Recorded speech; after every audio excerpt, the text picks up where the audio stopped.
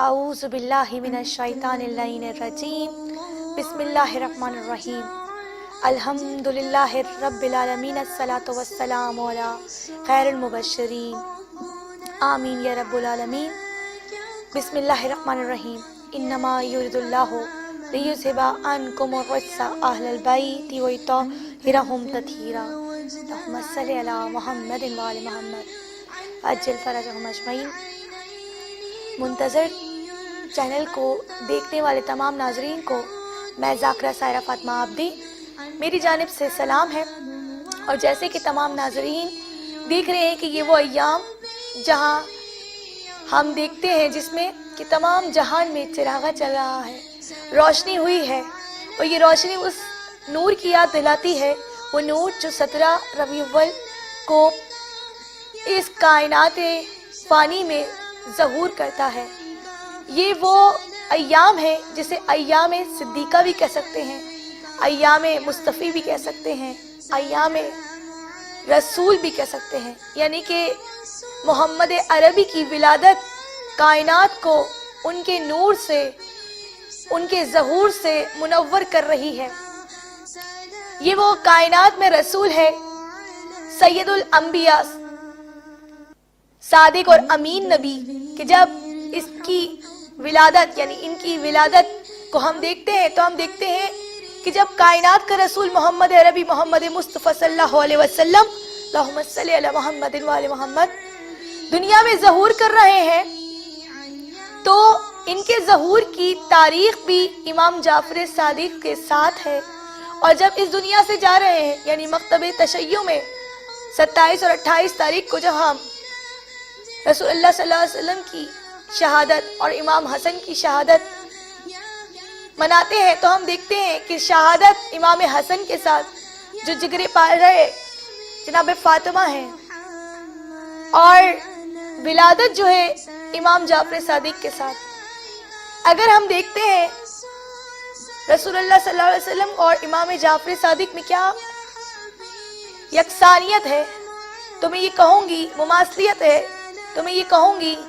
کہ وہ امام جعفر صادق تھے اور یہ رسول اللہ صلی اللہ علیہ وسلم، یہ رسول تھے جنہیں کافر بھی صدیق کہتے تھے، صادق کہتے تھے، امین کہتے تھے۔ اور وہ امام جعفر صادق تھے کہ جب ان کی بزم میں کوئی بھی بیٹھے، چاہے وہ یہودی ہو، نصارہ ہو یا دہریہ ہو، سب کے سب ان کو صادق کہتے تھے۔ یعنی امام جعفر صادق کا لقب صادق تھا، جعفر نام تھا، اور یہاں محمد عربی کا نام احمد ہے، احمد مرسل ہے۔ کائنات کا رسول جب دنیا میں آیا تو رسول کی آنے سے پہلے جناب عیسیٰ جو کہ اولی الامر نبی ہیں، ان کے آنے میں اور رسول اللہ صلی اللہ علیہ وسلم کی ولادت میں تقریباً کہا جاتا ہے کہ 550 سال کا وقفہ یعنی دور جاہلیت کہلاتا ہے۔ یہ وہ دور ہے کہ جس میں کوئی حجت نہیں ہے، یہ کائنات حجت سے خالی ہو نہیں سکتی، تو ہمیں کوئی نبی نہیں دکھتا۔ اتنا لمبا پیریڈ کہ جس میں نبی نہیں ہے۔ اگر ہم یہ دیکھیں تو پروردگار عالم جس نے انسان کے وجود کو خلق ہی صرف حجت کے صدقے میں کیا ہے، گویا حجت نہ ہو تو انسان کا وجود نہ ہو، کیا انسان گمراہی کے راستے پہ پہنچ جائے؟ نہیں، تاریخ بتاتی ہے اور معصوم کی حدیث سے ہمیں معلوم ہوتا ہے کہ وہ پروردگار عالم جو رحمان بھی ہے، رحیم بھی ہے، علی کل شیء قدیر بھی ہے، اس نے ہدایت کے جیسے سرچشمے سوالاق انبیاء کو بنایا۔ وہاں ایک خاندان ایسا ہے، اسے بنی ہاشم کہتے ہیں۔ اس میں سارے بنی ہاشم میں جب کسی خاص کو پروردگار عالم نے حجت بنا کے بھیجا یا کسی خاص کا تعارف کرایا تو اسے ارہاس دے دیا۔ ارہاس کے اصطلاحی معنی جو ہیں وہ تمید ماننے کے ہیں، یعنی کہ جب رسول اللہ صلی اللہ علیہ وسلم کی ولادت ابھی ظہور ہوا نہیں ہے، لیکن اس سے پہلے چند معزے، چند خصوصیات اس گھرانے کو مل گئی ہے۔ میں یہاں تذکرہ کروں گی جناب عبد المطلب کا۔ لوگ کہتے ہیں جناب ابو طالب نے کلمہ نہیں پڑھا، بڑا عجیب سا ایک سوال ہے۔ میں یہاں ابو طالب پہ تو بعد میں آؤں گی، جناب عبد المطلب سے ابتدا کروں۔ پروردگار عالم نے 2 معجزے ایسے عطا کیے کہ جس کی ریف میں جس کی میں اگر بات کروں تو آپ کو سمجھ آ جائے گا کہ یہ کیسے مسلمان تھے، کیسے دین ابراہیم پہ فائز ہونے والے تھے۔ پہلا معجزہ جو آج قرآن مجید میں سورہ فیل کی شکل میں موجود ہے، پروردگار عالم نے جناب عبد المطلب کے لبوں سے نکلے ہوئے ابراہہ کے سامنے کا وہ جملہ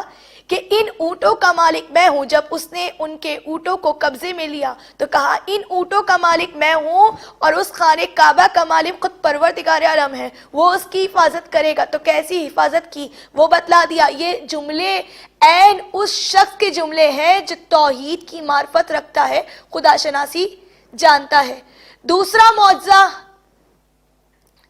زمزم کا کہ آب زمزم جب سوکھ گیا تو جناب عبد المطلب کے ٹھوکر لگنے سے دوبارہ سرسب و شاداب یعنی روانی آ گئی۔ تو ابو طالب تھے، آنے سے پہلے جناب عبد المطلب کو پروردگار عالم نے ارحاس دیا۔ پھر جناب ابو طالب کے پاس بھی جب کیونکہ جناب ابو طالب نے ہی رسول اللہ صلی اللہ علیہ وسلم کو پالا، لیکن بعد ہے رسول اللہ صلی اللہ علیہ وسلم کے ظہور کی، ابھی ظہور ہوا نہیں، لیکن کائنات میں یہ در یتیم عبداللہ کے یاقوتی وجود کو آنے سے پہلے، لانے سے پہلے پروردگار عالم نے پوری کائنات میں وہ رب العالمین رحمت للعالمین کے ظہور سے پہلے کائنات میں ایسی رحمت برسا رہا ہے کہ جناب آمنہ فرماتی ہیں کہ ابھی کائنات میں رسول مرسل کا ظہور آیا نہیں کہ میں جہاں جہاں سے گزرتی تھی وہ رحمت للعالمین اپنے ابر کی رحمت میرے سر پر ساتھ ساتھ برساتا، یعنی کہ ساتھ ساتھ جناب آمنہ جہاں جاتی وہاں ایک ابر کا سایہ ان کے سر پہ فگن رہتا۔ کہا جاتا ہے کہ اس زمین حجاز پہ جہاں جہاں بنجر زمین تھی، جب رسول کا ظہور ہوا تو وہ بنجر زمین سرسب و شاداب ہو گئیں، اور وہ بکریاں جو کہ اب دودھ دینے سے قاصر تھیں ان کو بھی پروردگار عالم نے دودھ جیسی نعمت عطا کر دی۔ اور پھر رسول کا وہ وجود جس میں اتنے معجزے جہاں انہوں نے دکھائے، شکل قمر کا معجزہ اور ہاتھ اٹھائے تو سنگریزے کلمہ پڑھتے نظر آئے، اور اتنے معجزے دکھائے کہ خود لوگ ان کی صداقت پر یقین کرنے لگے۔ وہاں رسول کے وجود میں بھی چند معجزے ہیں، 24 معجزات ملتے ہیں رسول کے وجود میں، یعنی رسول کے جسم اطہار میں، لیکن میں چند کا تذکرہ کروں گی۔ رسول صلی اللہ علیہ وسلم پروردگار عالم کے وہ نبی ہے کہ جہاں سے گزرتے چاہے ان سے قد کا لمبا کتنا بڑا شخص ہو، لیکن رسول کے سامنے آ کر اس کا قد و قامت بلند نہیں لگتا، بلکہ پروردگار عالم کی نبوت کا مالک رحمت للعالمین جو ہے سب سے بلند و بالا لگتا۔ دوسرا معجزہ، جہاں سے رسول چلتے ان کا سایہ زمین پہ نہیں پڑتا۔ معلوم ہوا پروردگار عالم رسول کے سائے کی بھی بے حرمتی نہیں کر سکتا۔ تیسرا معجزہ، کہا جاتا ہے کہ رسول جہاں سے گزرتے وہاں سے شجر قمر، شجر بھی حجر بھی ہر کوئی جھک کر سلام کرتا، السلام علیکہ یا رسول اللہ۔ چوتھا معجزہ، میرے رسول کے جسم سے جب کوئی پانی کا گزر ہوتا تو وہ اتنا شفا یاب ہو جاتا، کہا جاتا ہے صحابہ جب رسول وضو کرتے تو پانی کو جمع کرتے اور اس پانی سے لوگوں کا علاج کرتے، یعنی لوگوں کو تحائف میں دیتے، وہ پانی بھی لوگوں کو شفا یاب کرنے کے کام آتا۔ تو یہ رسم تبرک جو ہے صحابہ کی بزم سے ہی ابتدا کر جاتی ہے۔ چوتھا معجزہ کہ رسول صلی اللہ علیہ وسلم اگر اپنا لعاب دہن کسی سوکھے کنویں میں ڈالے تو پانی کنویں کے اوپر آ جائے، اور کہا جاتا ہے یہ لعاب دہن اگر زمین پہ پڑے اور مکھی جیسی چیز، نمل جیسی چیز اس کو کسب کر لے تو شہد بن جائے، اگر پھول اسے کسب کرے تو گلاب جیسا پھول نظر آئے۔ کہا جاتا ہے کہ یہ لعاب دہن اگر کسی موذی مرض پہ لگ جائے تو وہ بھی شفا یاب ہو جائے۔ یہ وہ نبی کہ جب انگلیوں کو بلند کرے تو شکل قمر جیسا معجزہ کائنات کو دکھائے، اور یہ شکل قمر جیسا معجزہ رہتی دنیا تک جو ہے نبی کی رسالت کا، نبی کی نبوت کا، نبی کے صادق ہونے کا جو ہے ثبوت دے رہا ہے۔ سائنٹسٹ جا کے اس کو پروف کرتے ہیں، اور یہ وہ معجزہ جس سے حجاز کی زمین کے لوگ مسلمان نہیں بلکہ ہندوستان میں ایک بڑی آبادی مسلمان ہو گئی۔ وقت بہت کم ہے، لہٰذا آج کے دن